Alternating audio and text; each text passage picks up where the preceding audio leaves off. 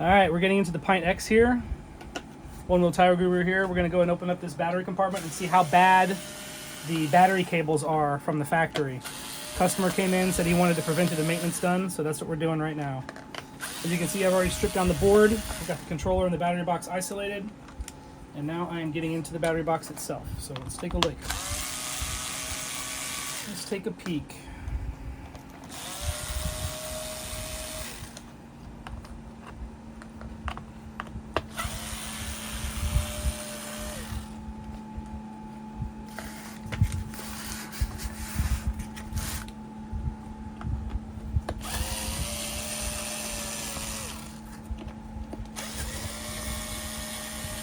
Okay.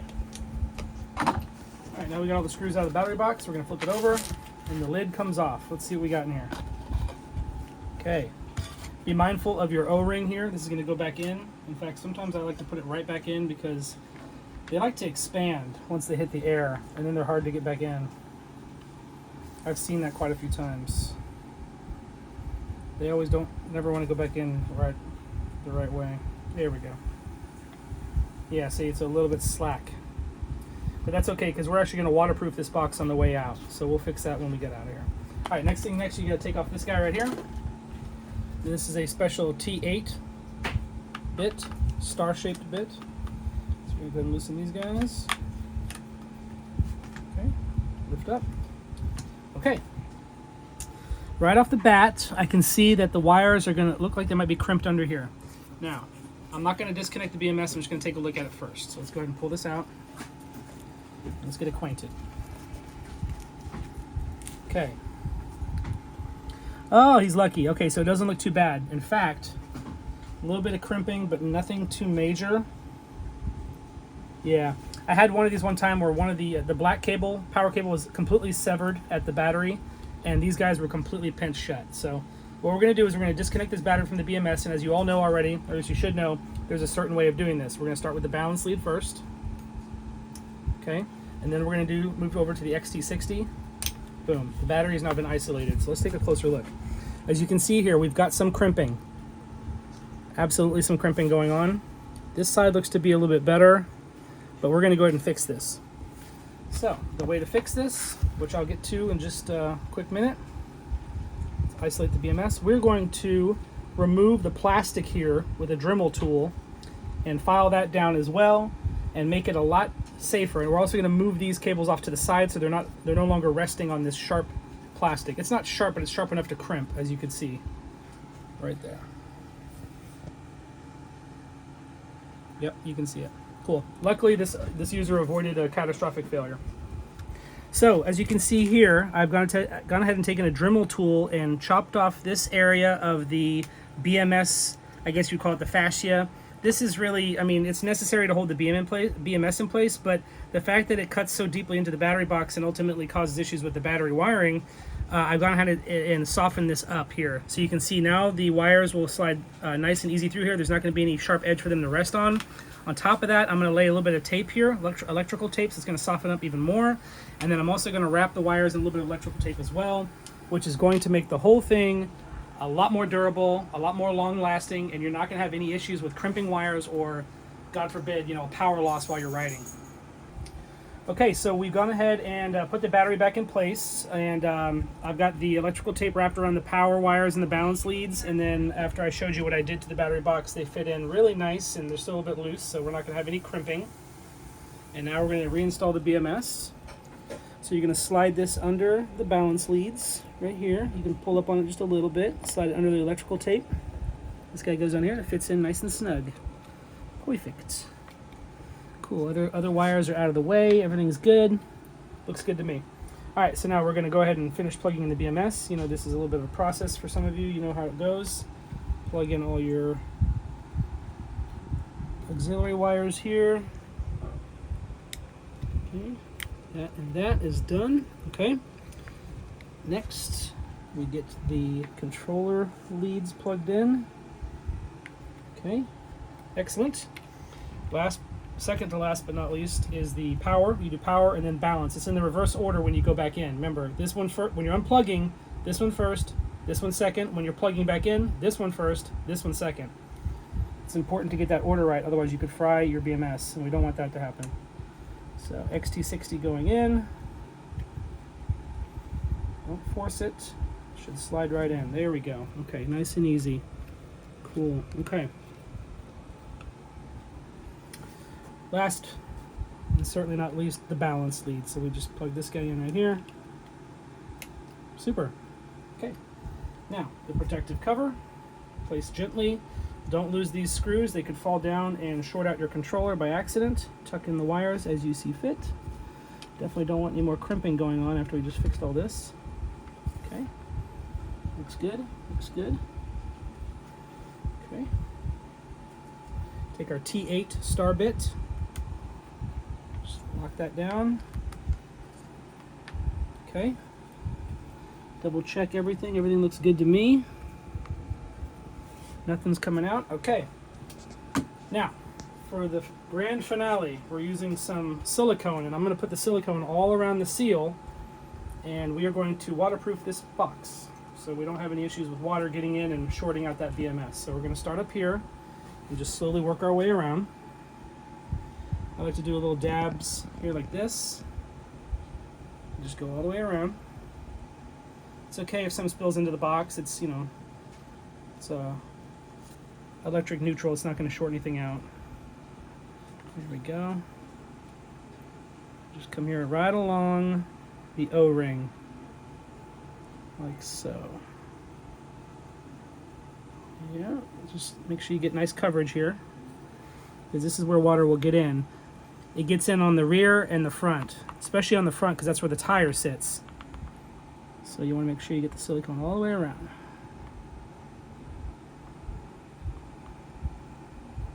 Yeah, just a little dab will do you. Just I like to like kind of rabbit it right here. See, little rabbit hopping all the way around.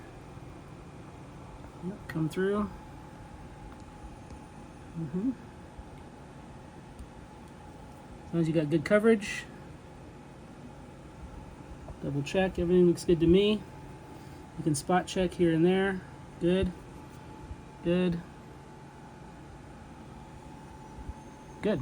Okay. Now, it's time to put the box lid back on. This is the fun part. Watch your clothes, kids. If you touch this to your shirt, that silicone is not coming off, and it looks like you basically spilled something on your shirt forever. I know from experience. Okay. These guys go in. Just one at a time. I like to barely do them at first, and then I go back around and tighten them all in order. And as you can see, you'll get a close-up over here, the goo will actually spill out.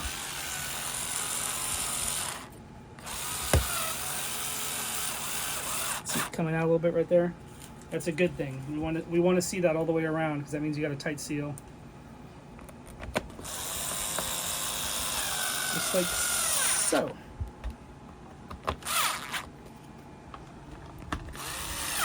Yep, you can see it pop out right here.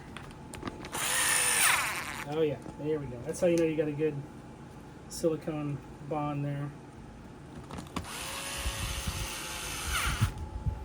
Okay, so I'm just going to finish tightening this box lid up, and then we are going to reinstall this back into the board and turn it on. Make sure it works, which I'm sure it will. As long as you did your balance lead and your power lead in the right orders, when unplugging and plugging, you will not have any problems.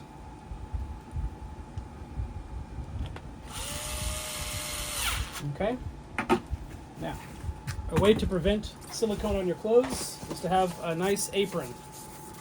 That's exactly what I have.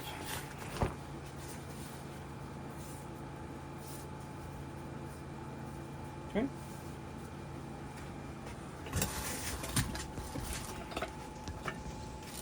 Controller box up front. Battery box in the rear. I usually like to do the battery box first because the controller box is a little bit easier to slide in. I'm going to go ahead and fit this guy in, okay, like so. Now I'm doing this upside down. It might be easier for some of you to do this right side up because once you get this seated, you can put the screws directly in. But you know, I like to live dangerously. In fact, you know what? We're just going to go ahead and flip this over right now. Okay. This goes here. Screws right here. Once those screw holes line up, now look, I got a little silicone on my thumb. Otherwise, that might go on my shirt, and that would be bad. Also, it helps to use a mask while you're messing with this stuff because it is somewhat dangerous. But I'm in a really well ventilated office, so workshop, so I don't have to worry about it too much. Plus, I don't do this all day, every day. I just do this on the occasional waterproofing. Again, I'm leaving these loose. I don't want to tighten them up too much right off the spot. Let's flip this guy around. Controller box goes in.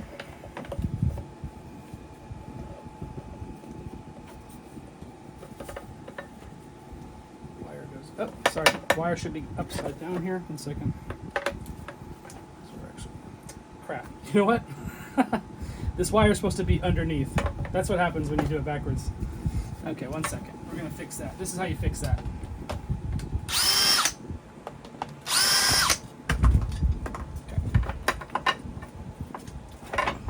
This guy goes underneath. There we go. Just like that. Now the wire's in the right spot.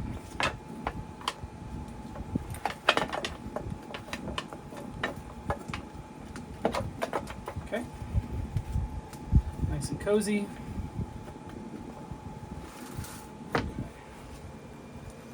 So, screws back just to get this guy in place. It's a placeholder.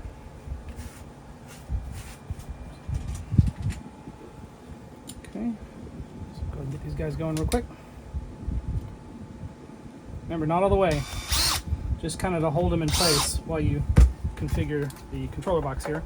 Now look, the wire's underneath the axle. That's how it's supposed to go, obviously. Sometimes you get ahead of yourself, kids. Go. Okay. Now, you just simply finish screwing up the board. Don't forget to add Loctite to your axles.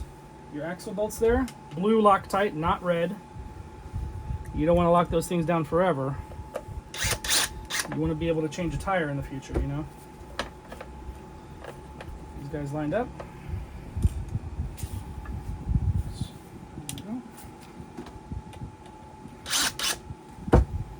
Okay.